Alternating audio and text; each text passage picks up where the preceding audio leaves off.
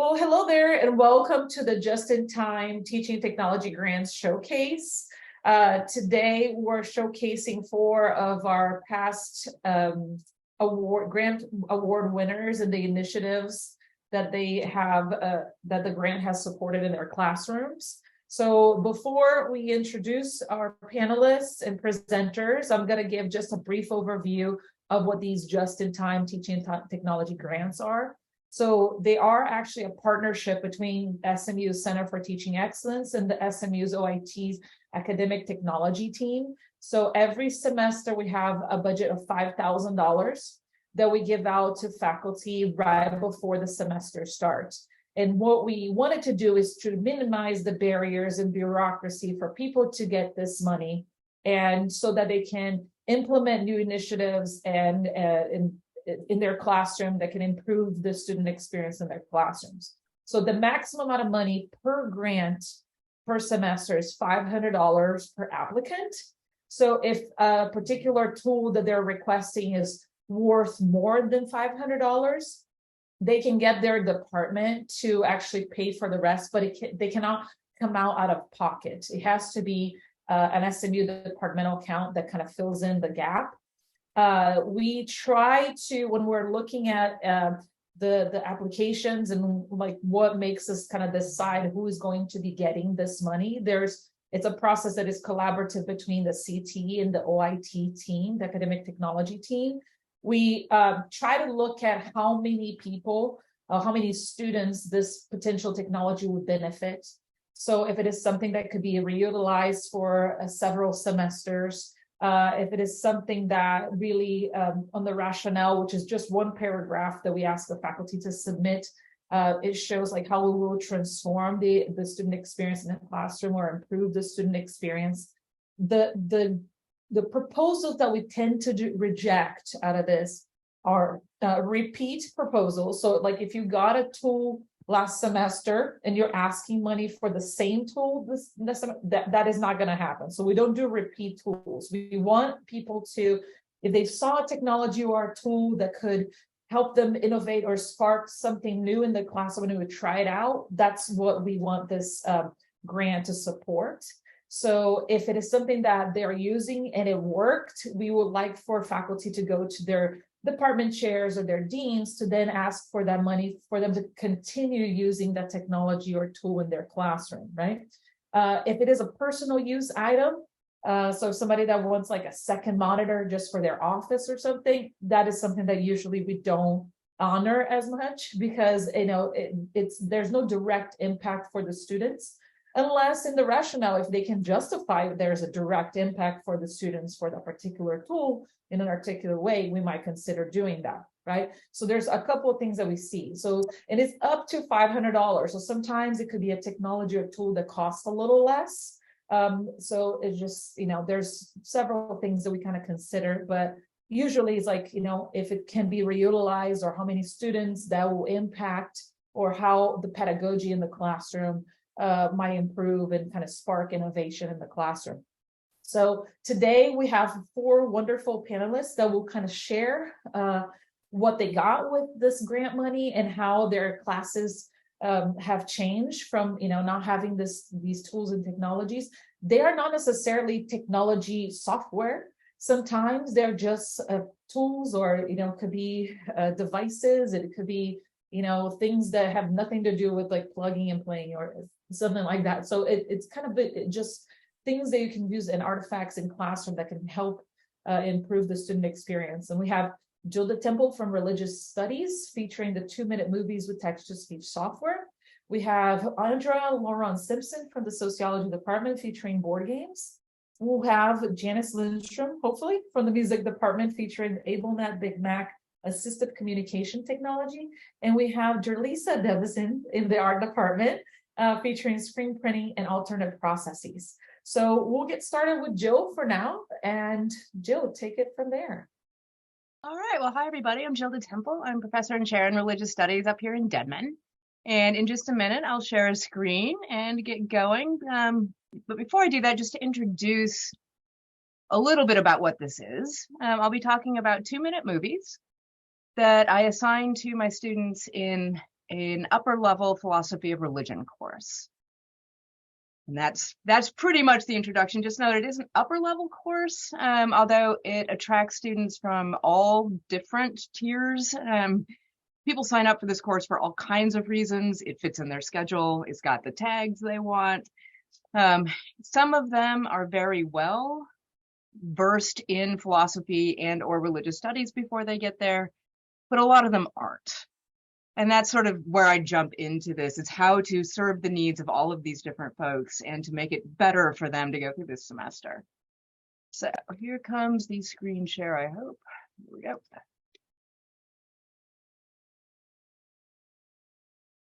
Okay, so using 2-minute movies, and they're student produced to teach philosophy of religion. So here's the problem. Complex philosophical texts are a gateway drug to disengagement. Students tend to jump out of these very quickly because of the way they're written. Philosophy of religion handles deep topics. We talk about can you prove that God exists? We talk about evil. We talk about the afterlife. And the way philosophers tend to talk about this is often pretty convoluted. So you get things like, here's from William James, as a rule, mystical states merely add a supersensuous meaning to the ordinary outward data of consciousness. And that's actually a nice one. There's no there's not an equation in there. This is a lot for students to dive into. And what I found as I've taught this course over the years is a lot of my job in teaching it is, first of all, help them translate some of that text, but also to keep them hanging on so that they want to translate that text and then actually do the work of thinking about the arguments that the philosophers are making. And I know that I'm up against everything else, right? Diving into this is going to be a lot less appealing than watching Netflix, hanging out with your friends, maybe even doing an extra problem set for people who really don't like words. And so I needed to find a way to both have students really dig into at least a piece of one of these things. I use an anthology of readings that it's on the bottom there, Philosophy of Religion Selected Readings. And then have them do it in such a way they may help me in the class translate it for their peers. I wanted to make something conversational. So here's what we came up with. And this is, I do this with other things. This is not the only thing I do. I want to make sure I make this clear. I found these text-to-speech animation programs. The one we're using is called Nawmal, Nawmal, and you can load this. Currently, you can load it on any sort of PC computer. So my students who are on a Mac did have to go and we had to make an arrangement for them to do it on something else. But what I did is assign every student to 2 readings about which they would create a 2-minute movie. I had them sign up. I made a poll for them. So they were trying to get them to something they were at least a little bit natively interested in. And their job was to make a very short, 2 minutes is very short, movie. On Nawmal, if they could. I also actually allowed them to do some live action movies where they were recruiting their roommates into this. They were kind of also fabulous. But I gave them really specific instructions about, you need to tell us what it's about, but you also need to tell us where you think the argument was stronger and where you have questions about the argument. But because of the way this text-to-speech animation program is set up, it encourages you basically to pick a couple of characters and to have them have a conversation. So I made them a sample movie, and then we just started rolling. So the nice thing about the text-to-speech programs is that students have this wide array of things to choose from. You choose the characters. Do you want people? Do you want fuzzy animals, as the case here? Do you want politicians? We had Trump and Hillary Clinton debating a deep philosophical thing. It was actually kind of great. And then what you do as a user in text-to-speech is, having picked your characters and the scene they're in, you can even get a little B-roll background music in there. You write a script and it tells you how long it's going to take. So this is, they can keep it right at that 2-minute mark. And then you kind of hit go on the program and it animates it. So I'm about to show you an example. This is from a student, one of our majors, Montana Braden, who was not a major, by the way, when she did this. And it's actually dealing with that same text I just showed you on the slide before, the one about sensuousness and consciousness and all of that. It's a text where William James is arguing about religious experience as authoritative, because the philosophical question is, should religious experience be authoritative for somebody? Should it allow you to make religious claims? Right. So here's Montana's William James on religious experience with the fuzzies.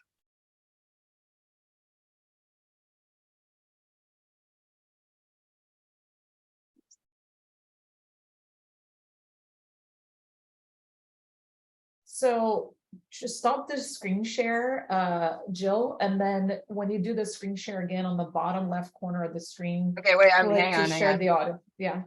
Yeah, okay. There you go. So, hang on, I can stop that.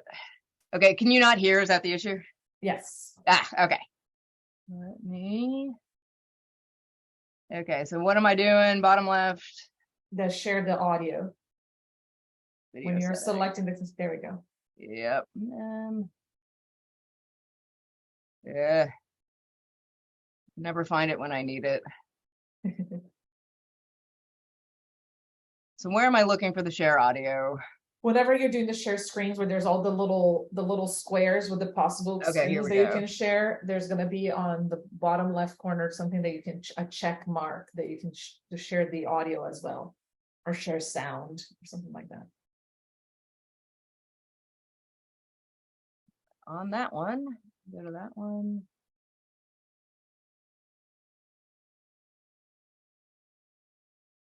On that one. Okay, got it. Okay, so back we go to him. Here comes the fuzzy with some sound. Finally, after following all the rites laid out by my religion, I am witnessing a creature symbolic of my faith. Yes, you are having a mystical experience.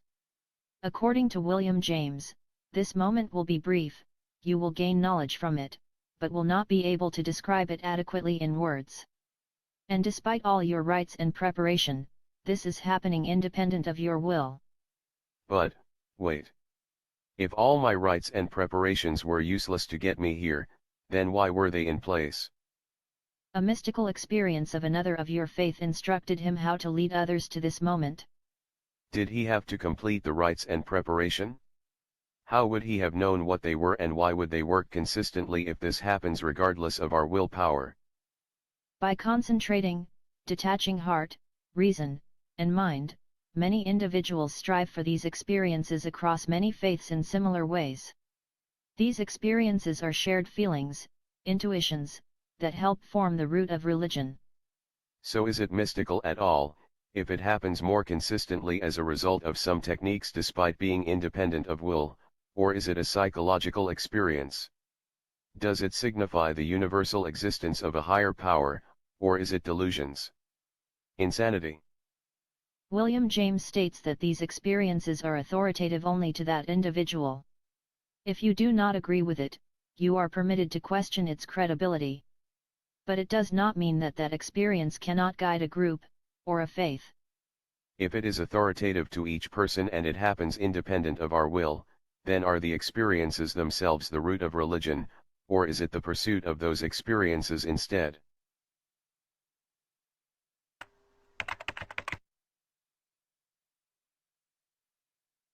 So that's one of those movies and what it looks like. And here's why I think this works. Because those two little fuzzy bear things were having the conversation, it makes those academic texts much more conversational. And they tend to get put into words that students are more likely to be able to identify with. Sort of takes the language, still asking all the right questions. The bear asks the right questions. So if I'm doing these things with the experiences over here, what do you mean it didn't make it come on? How does that work? Right? It highlights those issues that the student has identified as important, which gives us a place then to jump off in conversation. the student, because this is on display and they tend to feel a little bit obliged to classmates to get it right, they spend time with these texts, right? So they also then become the expert in the text. What I noticed doing it is that other students, instead of looking to me all the time, were starting to ask the person who'd made the movie. That's fabulous, and that's what I want. Right? By the time you walk out of this class, I want you to feel like you're a little bit of an authority on at least one piece of something. And it really sets that up, that, oh, I can bring up an issue in a philosophical text. I can be a little bit of an expert about it. People can ask me about it. We can start the conversation. The other thing is, because people tend to do these different ways, it helps folks remember things for the exam. Right? So what I did is, every time somebody would submit a movie, they'd put it on Canvas, and I would sort of sort them by topic. And so when people went to study for my midterm, went to study for the final, they were often watching these movies as a way of remembering what in the world was happening in that particular text. And they reported back to me that they were really helpful. And then finally, it just allowed for some levity and creativity and even connection within the room, in a class that was often, frankly, either depressing or overwhelming for a lot of students a lot of the time. You know, we spent 3 weeks in there just on evil. You know, that can bring you down. But also, especially when students, the further along we went, there were sort of inside jokes building that they would put into the movies, which was building this great sense of belonging with their peers, and also then again with the course materials. So I really like what it does for making philosophy more accessible, for that engagement piece of things where people feel like they have more of a stake in the game. And then for the way it also presented these really deep topics as conversations. Instead of some philosopher just telling you what to think, it sort of shifted students around to being in conversation with those ideas. Didn't mean you had to agree with them. Right? Montana, via the fuzzy bear, had some real questions about some things that William James was saying. Through the bear, she could express it pretty well. So that's what I'm hoping to get out of this. I'm hoping to continue with it, are ways of approaching deep, serious, and I think important topics in a way that keeps folks engaged in the course, engaged with each other, and allows them to feel like they have more ownership than if we simply, somehow tried to make a circle of 30. That's the other thing. These classes have 35 to 40 students in them. So I'm teaching philosophy on a large scale, and this helps bring it down. We can have these conversations better. And we'll remember the fuzzy bears talking about William James. There was a great conversation somebody staged in a coffee shop that ended with the phrase, "Memento mori, James." Just that sort of thing, which rings in your ears for a long time afterwards, that students can really grab onto as they may otherwise be struggling. So I'll stop it at that. Well, thank you, Jill. So just how many students do you have in your class? Just do you mind sharing? I've never had less than 35. 30. And so this is something that you're going to be able to reutilize also, right? Yes. Yeah. Again, there is the software problem until NOML fixes the non-Mac problem. What I would really love is for SMU to buy a license. We would just have it in our suite of software. But folks, when I talked to OIT about it, they were really reluctant until NOML can actually have a platform for all our students. There are some other text-to-speech animation programs out there. And they were free on trial, so a lot of students just sort of jumped over to those, but they were not nearly as good as this one. So in my dream world, first of all, NOML gets its act together and puts something out there on a PC platform. And then second, OIT, the software isn't all that expensive. Invests, and then people from across the university can use it for all kinds of stuff. Does anybody have any questions for Jill? I have a quick question. How did you assess? So when I gave the assignment, I said, here's what you need to do. Did you get the argument right? Were you covering those major issues? Did you ask a question? And then did your classmates, were they able to, so there's a sort of, did it generate questions and conversation amongst your classmates was part of that assessment too. It was a minor part, but it was a part. Yep. Jill, you may or may not know this, but what is the copyright and license status like of things students make with that? Do they own it? Can they put it out on their own sites? Could you use it on YouTube or something? Or is it sort of held by NAML? No, they own it.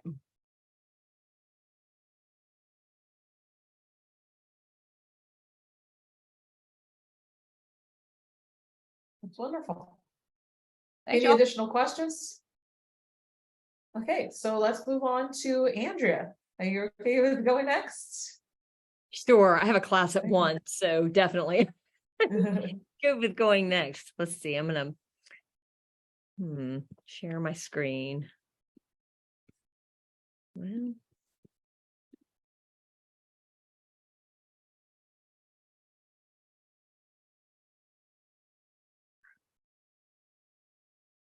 okay, can you see it? Okay.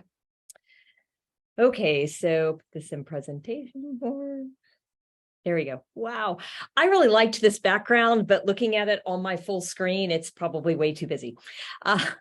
My name is Andrea Laurent-Simpson, and I am going to talk today about the integration of board games into my introduction of sociology class. As I've already said, I am Dr. Andrea Laurent-Simpson, and I'm a lecturer and research assistant professor in sociology. The particular class that I asked for JiTTT grant on was my introduction to sociology class. Classes are usually about 45 students per section, and I teach 2 to 3 sections per semester. It just depends on what we need in the department. But, you know, as with any kind of survey course like this, the class could be very lecture heavy. I do a lot of lecture in this class just because it's introductory, but I also feel like I just see them glazing over a lot. So I've also built into my intro classes lots of opportunities to kind of get our hands dirty with the material that we're learning about and to do group work. So all students are assigned to a group throughout the semester, same group throughout the semester, and it's usually about 4 students per group. And we do lots of engagement activities. So we do speed dating to understand Goffman's dramaturgical analysis, or statement matching to kind of try to wetten up the dryness of learning about theories and paradigms. We do bubble mapping and data analysis.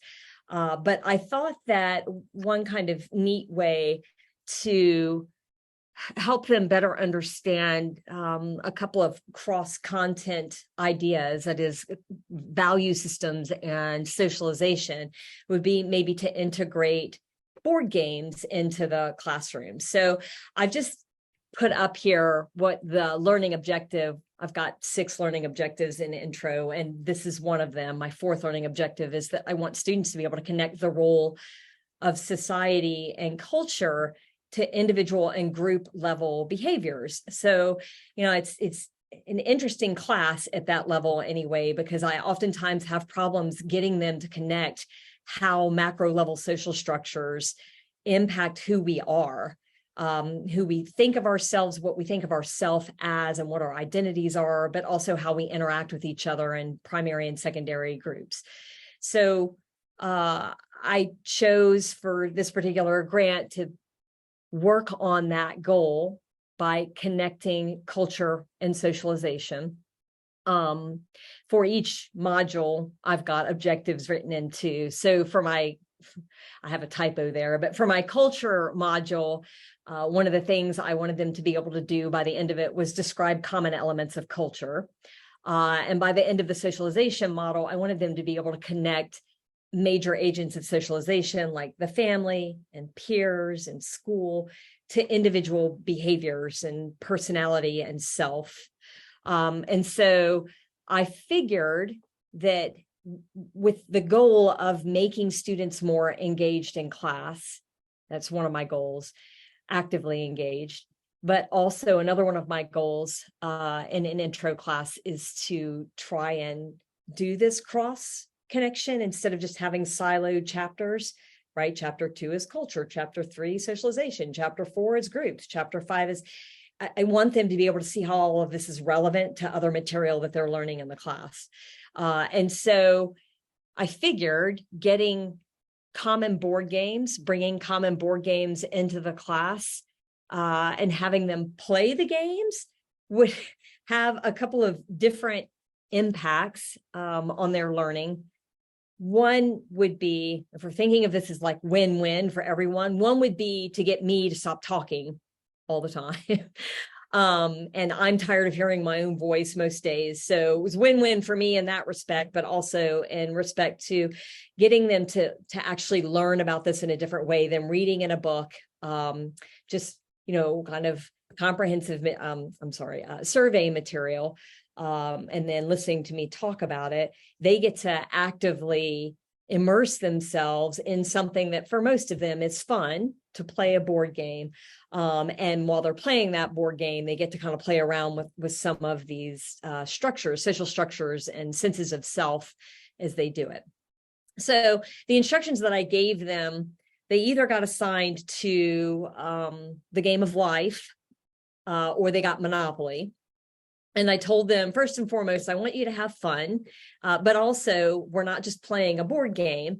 We're going to analyze the board game as we play it. And there's a follow-up assignment that goes with this, where they kind of have to write about what their analysis looked like as they played, and then later on as they're thinking back on it. So I told them to discuss as a group as they were playing any kind of values that they recognized that we talked about as American values in the culture module.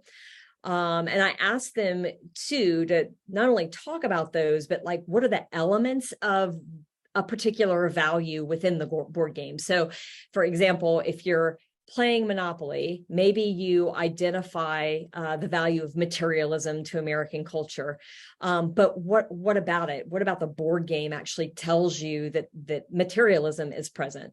Well, okay, I can see, maybe the student says, I can see where really what the goal is to buy as much as I can, own as much property as possible, and then just keep that going and keep making money. So in the making money piece of this, and at all costs, that is like keeping all of my competitors down, we can also see the value of competition, right? And independence and individualism. All of that is built nicely into that through just, I'm going to buy stuff and build all these properties.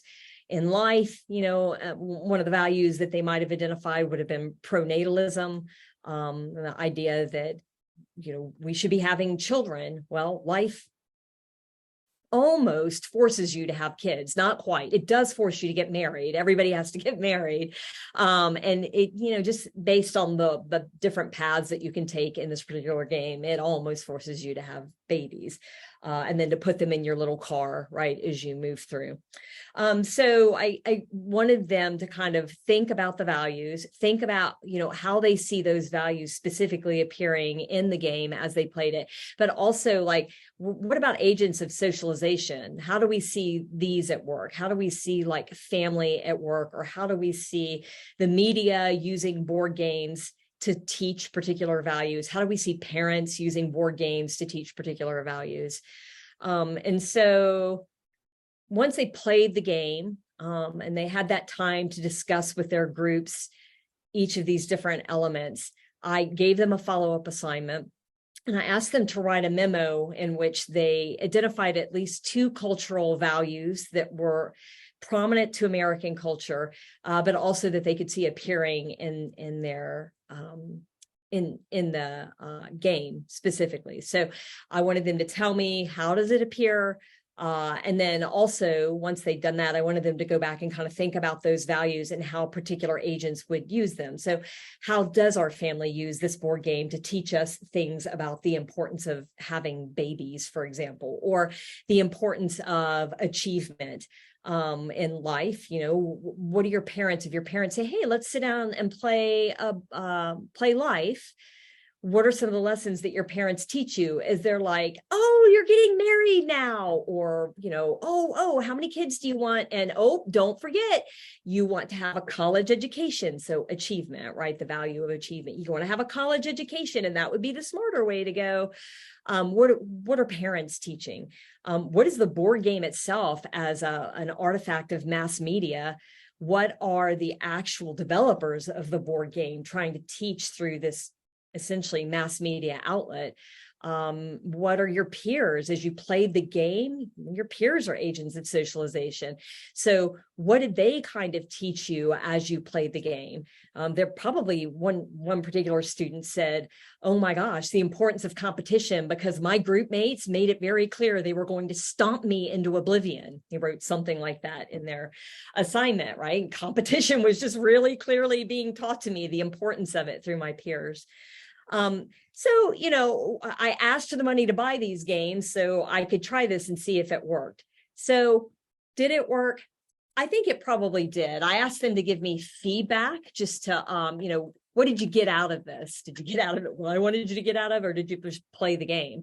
And interestingly, one that sticks out really prominently in my mind is this first one, because she wrote, I think this was a she.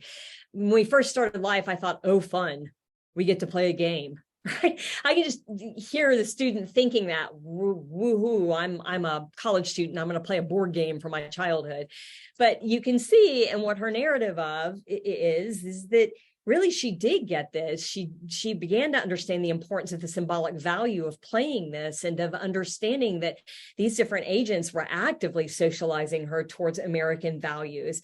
And that this really was part of our everyday lives, not just in board games, but like in everything that we do. We are constantly being socialized and having our culture and our value systems reproduced on a regular basis. The next one, this particular student thinks about like values in terms of kind of the subconscious teaching of them, whether she's learning them subconsciously, or her parents maybe aren't aware that they're teaching them through a board game, but they are just subconsciously teaching values like this. But I thought that this last piece of her feedback was interesting, that it makes her want to go back and kind of examine more deeply more of her values, and why it is that she in particular ranks certain values in a hierarchy in the way that she does, because it's something else that we talked about with values. Like, we all have different hierarchical rankings of values. We all don't equally value equal opportunity, materialism and humanitarianism, for example.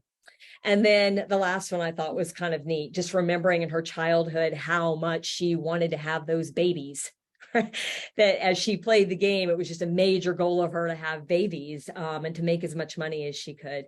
And she understood, she got from this, that it really influenced her ideas about what success is in the United States. So I think, ultimately, when I looked back at the means too, in terms of grades across each section, they were high Bs, right? 89% means across each section. I feel like, based on what their feedback was, that generally, thematically, they got what I wanted them to get from this engagement at a deeper level with values and agents of socialization. And overall, I think probably it was a good success. So that's kind of what I have. Well, thank you, Andrea. Any questions for her?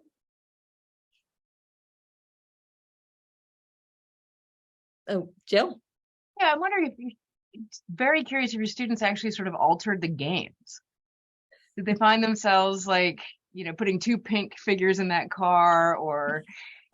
And I'm finally glad to know why there are so many life games in that conference room too. Yeah, that's why. I always wondered about that. And actually, they're in the conference room because I had a few life games already before I asked for this grant, but I didn't have enough to do intro classes. I use life in my family course as the final exam. I make them play it a few times before we hit the final exam, and then they have to identify assumptions that are made by the makers of the board game about family in the United States.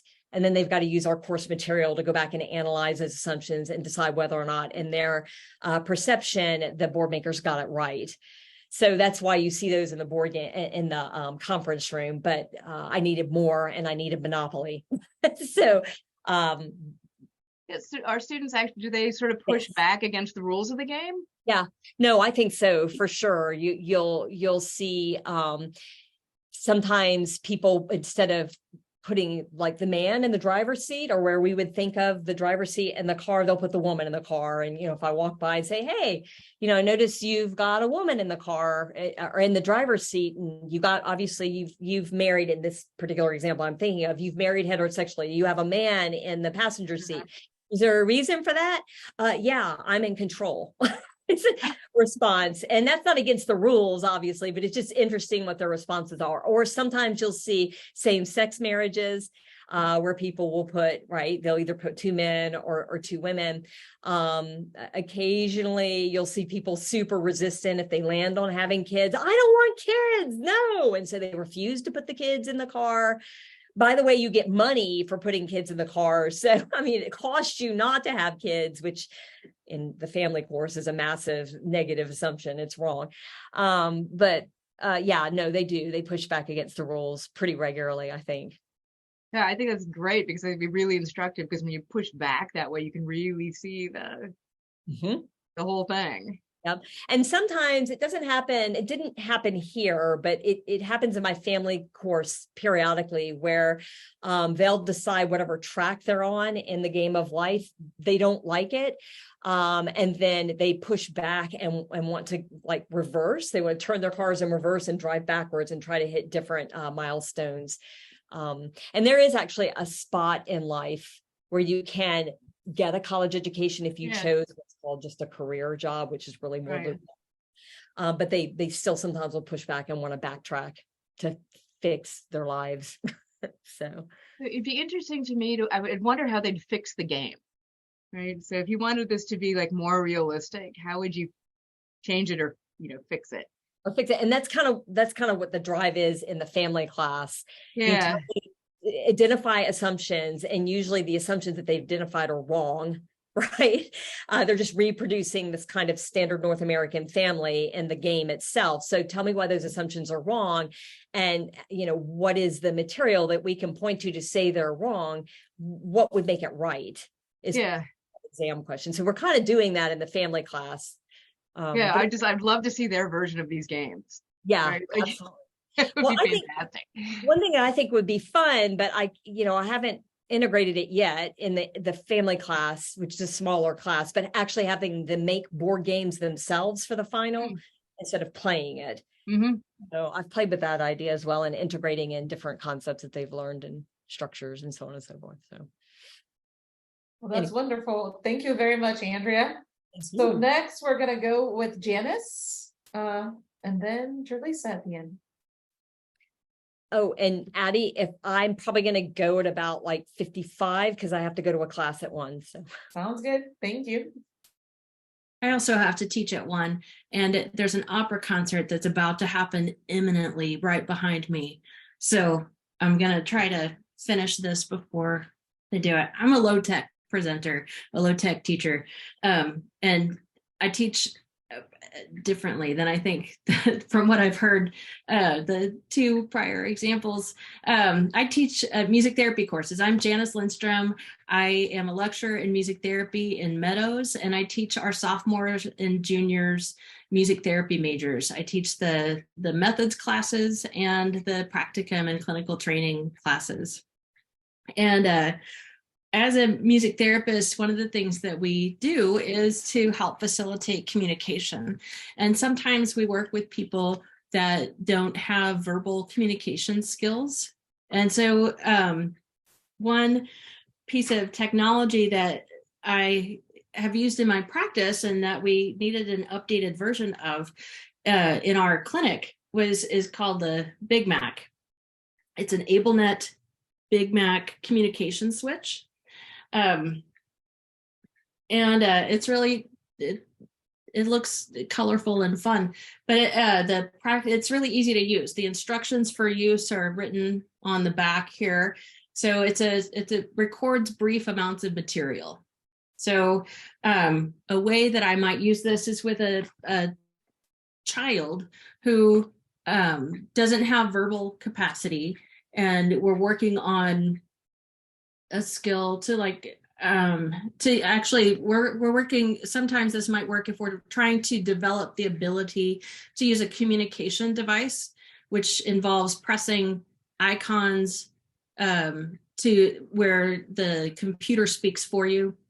And so some students need to develop the skills to be able to do that. And so we work on this in this way. So I have a singable book. I don't know if you're familiar with this song, Down by the Bay. And it's cute and repetitive and has colorful pictures to go along with it in the book.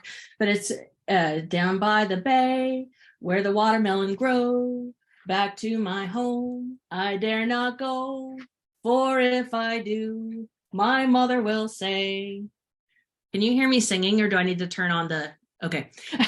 Did you ever see a goose kissing a moose down by the bay? And then it goes on and on. And so because it's repetitive like that, I can, as I'm singing it, record. So you press and hold this little tiny record button until the light comes on. Oh, you have to turn it on first.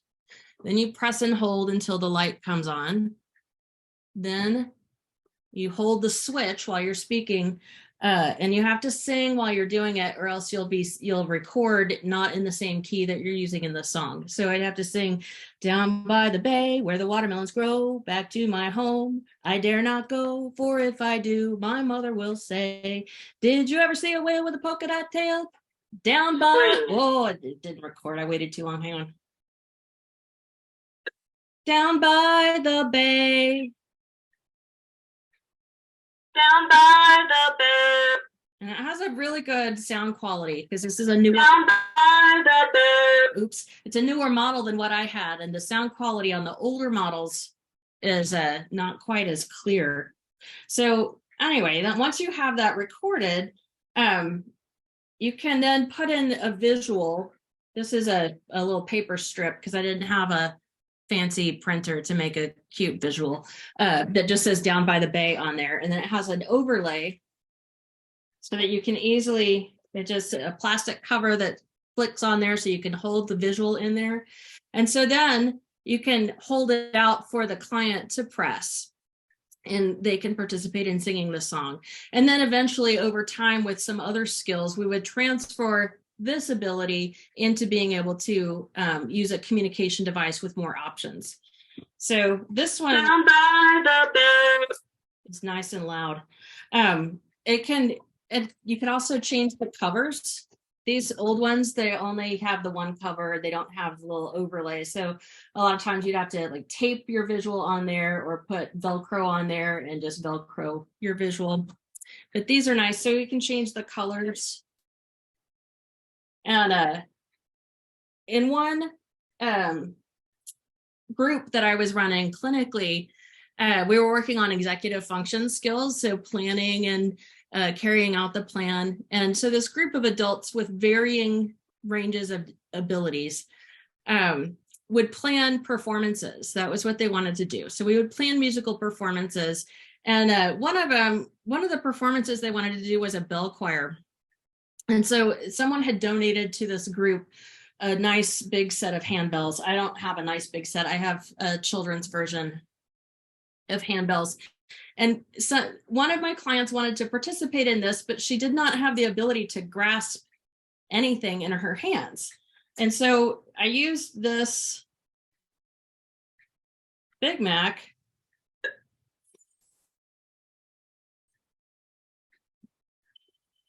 to record her bell. And that gave me an extra bell to use for another person so they could hold the bell. And then she would also have her note to play just like everyone else. And it sounded that this is not the kind, we used an actual choir bell for that, that you would see in a church choir bell performance. And it's sad, the sound quality of the Big Mac is just really high. It's much higher than the old version. So it made that whole performance experience much better. And it has 4 different colors of things that you can put on it. And so that's what I did. And now my students can learn how to use it. Thank you. Anybody has any questions for Janice?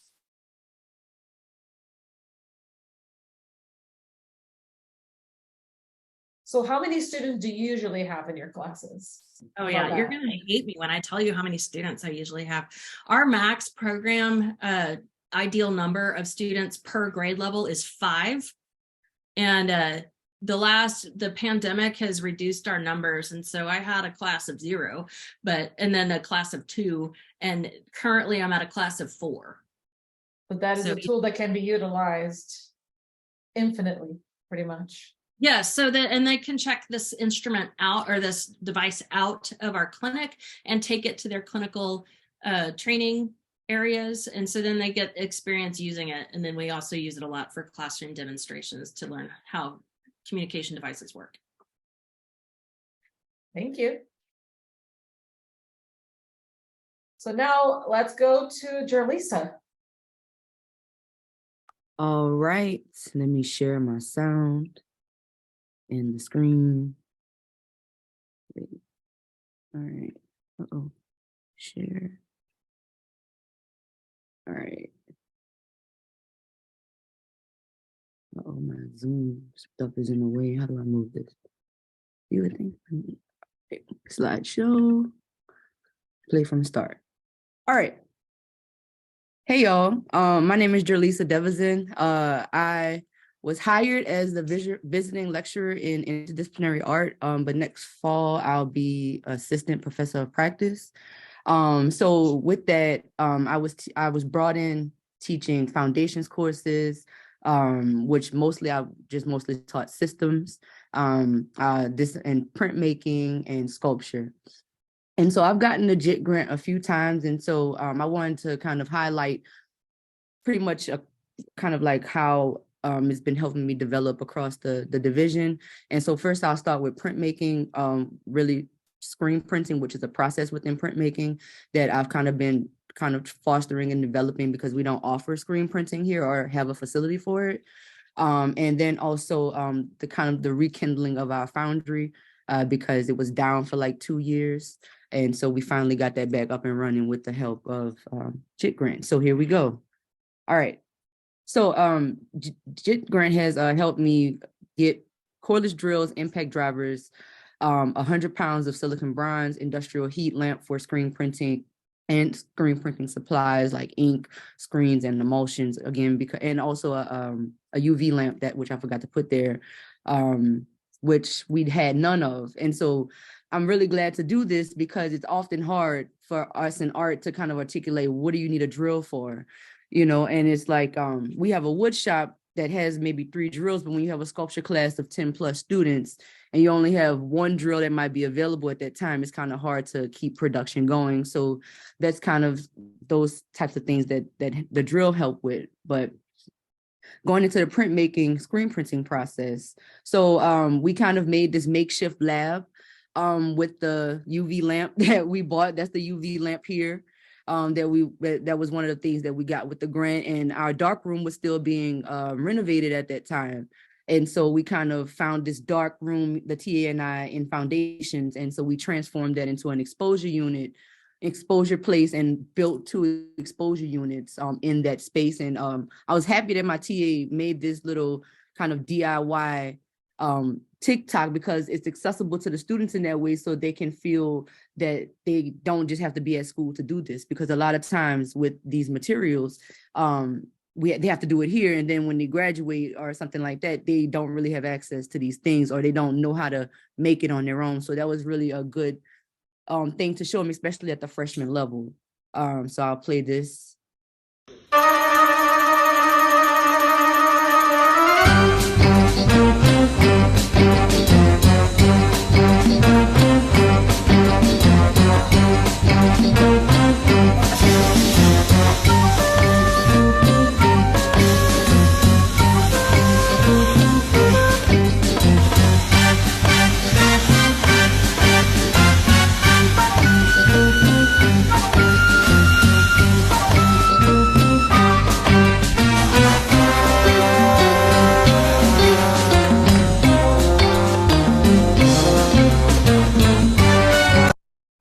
And so this was also really stressful and ambitious to do because we had like 16 students in this class trying to figure out how to screen print with two exposure units, but it worked out. And I have some representations of the student work. So this is a 2-color registration that was going to be used for something else. So that's why it's not perfectly, I guess the background is not perfectly red in the back, because what the student did for another project, she went and cut these flowers out and collaged. But one of the things of the project was they had to do a 1-color registration, which I'll show in a little bit. And then I taught them how to do 2-color registration or 2 or 3-color multi, however many, as long as you have that registration right, then you can, pretty much keep that print in line. So this was, she's now a sophomore, but this was from her Mommy and Me series, Joyce Alexander. And then she's in my printmaking class, and when she started to experiment with fabric and screen printing. And so this is where the heat lamp comes in, because the problem we ran into was trying to rapidly dry the oil-based ink. And so we found that we needed a high-powered heat lamp to kind of cure, especially when you start to print on fabrics. So this was another iteration that goes with the Mommy and Me series from the printmaking class. And so they'll be having some more stuff to show during finals. So I'll have some more documentation of that as well, which I'm excited about. So I also have like a little snippet of a critique that we did in systems, where Journey Harris, she made this large structure out of wood and chose to display her prints there. So I'll start that here. And also I make sure I have consent of every student when we're videoing. I kind of do that at the beginning of the semester, and it's like, hey, I take videos for purposes like this. So everybody has consented to be recorded. To get the prints done, I initially did it on Procreate before uploading it and transferring it to transfer paper. That's nice. Like April or? It's technically March, but Okay. I think, yeah. This is like. So these were your moods throughout the weeks of the month? Vaguely. So what does the different colors represent for you? So yellow is like kind of okay, blue's kind of sad, and pink's miserable, and then green's good, Gucci. That's like really funny because the pink ones I think look like maybe like the happiest. Oh really? Yeah. I think it's like the, I don't know, maybe like the brightness of it, or like. I thought the yellows would be happy. It's funny how you notice too, all the green ones are The around the When I get to see my cats. Monday to Wednesdays, no green. That's so funny. The whole time, you know what I mean? So almost like the expression stays the same. So it's almost like, I don't know, you have to like dig a little deeper to figure out what the person is feeling rather than just looking at them or their expression. Yeah, I mean, like that was done on purpose. It's just more so, I guess like a personal struggle, or not struggle, but it's just like I'm more monotone. So like if I'm like super sad or super happy, it's not necessarily expressed. It's more under wraps. Yeah, like the choice of materials, like with the wood and the clothespins on, I think those. So another part of this project was, because the darkroom was kind of like not ready, and a lot of students were interested, especially like this group that came in as freshmen, they were super technically inclined. So what some chose to do after they presented their initial sketch, some took their sketch into Procreate, which is an app on an iPad. And so she went in and did some other stuff there. And then we took it into to where we printed it on top of a transparency. And then she was able to burn her screen that way. So this is another who's now sophomore, but this is her 1-color registration of the dogs here. And then she chose to do a mixed media piece. So she's Korean American. And so I can't remember what this text means in the background, but that back portion is screen printed, and then there is some mixed media happening here. So now I'm going to bring you into lost wax casting. All right. So this is kind of a lengthy process, but I'm gonna go very, very quick with it, and it's short and sweet. All right. So the JIT grant helped us get 100 pounds of this 200-pound mass here that you see, which was super helpful because 1 pound of wax is 10 pounds of bronze. And I had about 10 or 11 students in that sculpture class. And this was also us preparing to, one, test out the foundry to make sure everything was up and running, so that we could, have future pours. So this is a little bit of how the process kind of starts. So these are initial wax sculptures that is starting to go through the ceramic shell dipping process. So it's a big process of building up these ceramic shell molds. And so this is called a silica slurry that we use, the yellow, that's the yellow stuff there. And all those little vents, these little, I'll use my mouse. So all these little lines here that you see, those are vents, and this is the actual sculpture, but because it's metal and liquid and we're thinking of an inverse process, we had to build everything in wax first before we build the shell around it. Oh, actually I had it backwards. So this is actually the wax sculpture here. And then, so this is what it looks like before it turns into this, all right? So then we had to put it into the burnout kiln. This is actually where the lost wax happens. So once we put the shells in, the kiln is heated up and then the wax is burned out. All right, and you can see there, like that's where all the wax comes out of the kiln at there. So now we have fully fired ceramic shells that are ready to be poured into. And so the students kind of went through this process painfully, step by step, because they wasn't understanding what was going to happen to this wax as they were sculpting it, because the project was I had them bring in an object and they had to sculpt it in wax from life, which is really hard to sculpt in wax. A lot of mold makers who bronze cast, they make molds out of clay and plaster first and silicone, and then they cast the wax inside. But in this case, I wanted them to get the experience of actually sculpting from life and sculpting straight directly in wax.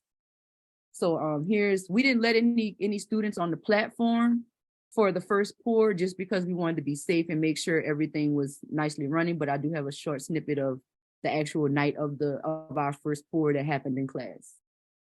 There we go.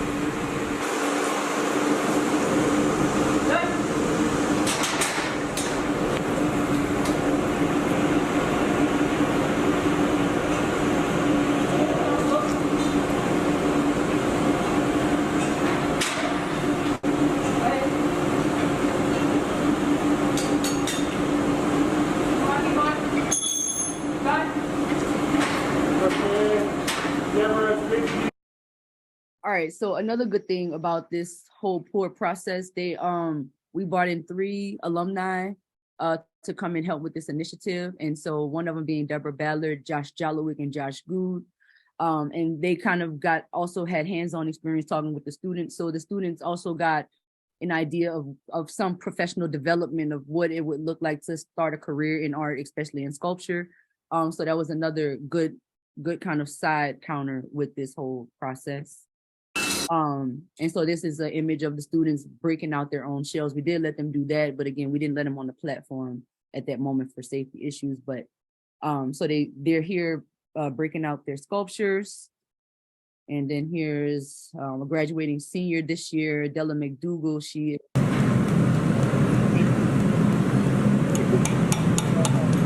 There's a long process that happens with this Stella. Have to look for sandblast, shape,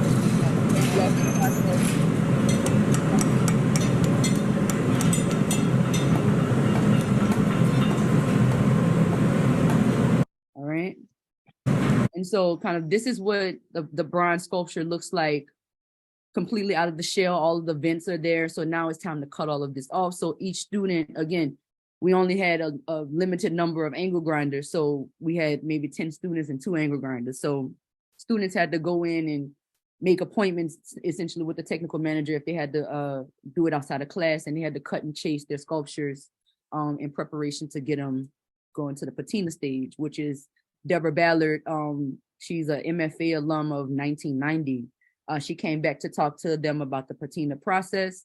And if you don't know what a patina is, think of it as a tarnish on metal through a chemical process. And so there's a bunch of things here. There's a finishing wax, a canuba wax. And also look closely, there's a sriracha bottle there. So if you eat sriracha or any type of hot sauce, just know it can patina metal. All right, and I'll show you what it can do, because one of the students actually used that process for her artwork. And so this is one, a modeled snail. This is Abby Jacobs. So this is bronze. A really popular patina is liver of sulfur, but she didn't really like the blue or the green. So she chose to use a colored oxide patina, which is essentially like just like a colored version of a patina, but it's not a true patina because it's a light chemical reaction. It's not a full-on tarnish like the liver of sulfur or the sriracha would go. This is an example of what sriracha can do to metal. And so I had a student, she's really into anatomy, and so she brought in this heart. She's like, I want to sculpt this. And I said, okay. I was like, that might be difficult to wax, but I thought that she did a really good representation of it. And another thing of how I graded the sculptures was the execution of the overall sculpture. Did you make a base for it? How does it sit or stand? And then the quality of the patina. And so again, y'all help with a couple of different processes and develop some new things that we now have fully functioning in the department. And I have a lot of students that's excited about processes in screen printing, because that's something that I can teach across all my classes, not just in printmaking, because you can screen print literally on anything, you know. So I'm actually going to incorporate screen printing in my ceramics class next semester, so which I'm really looking forward to, of printing on ceramics. So yes, thank you for supporting development and innovation in the classroom. Thank you, Jer'Lisa. Any questions for her? I have to scooch, but that is the coolest thing ever. And I'm totally jealous. No, come on. We can all do this together. I cook with sriracha, now wondering what I did to my insides. I know, right? Like, I wonder how it stains my stomach. Just know that that's what sriracha can do to metal. That is wonderful. We learn more than how to look at art. You know, a lot of people, they don't realize that it's a lot of science and math that goes into process. And I'm really big on process in my classes because I'm big in process in my own work. So yeah. Well, thank you very much. I appreciate you sharing your work and how you've used this grant. And I appreciate all the other panelists that stopped by to share their work. Hopefully, you know, we can continue providing these grants and having more opportunities for faculty to, you know, like you, build the repertoire or arsenal of tools that are available for the students in the department that they can utilize, or just create new innovative strategies, teaching strategies for the classroom. So thank you. Appreciate your time. Thank y'all.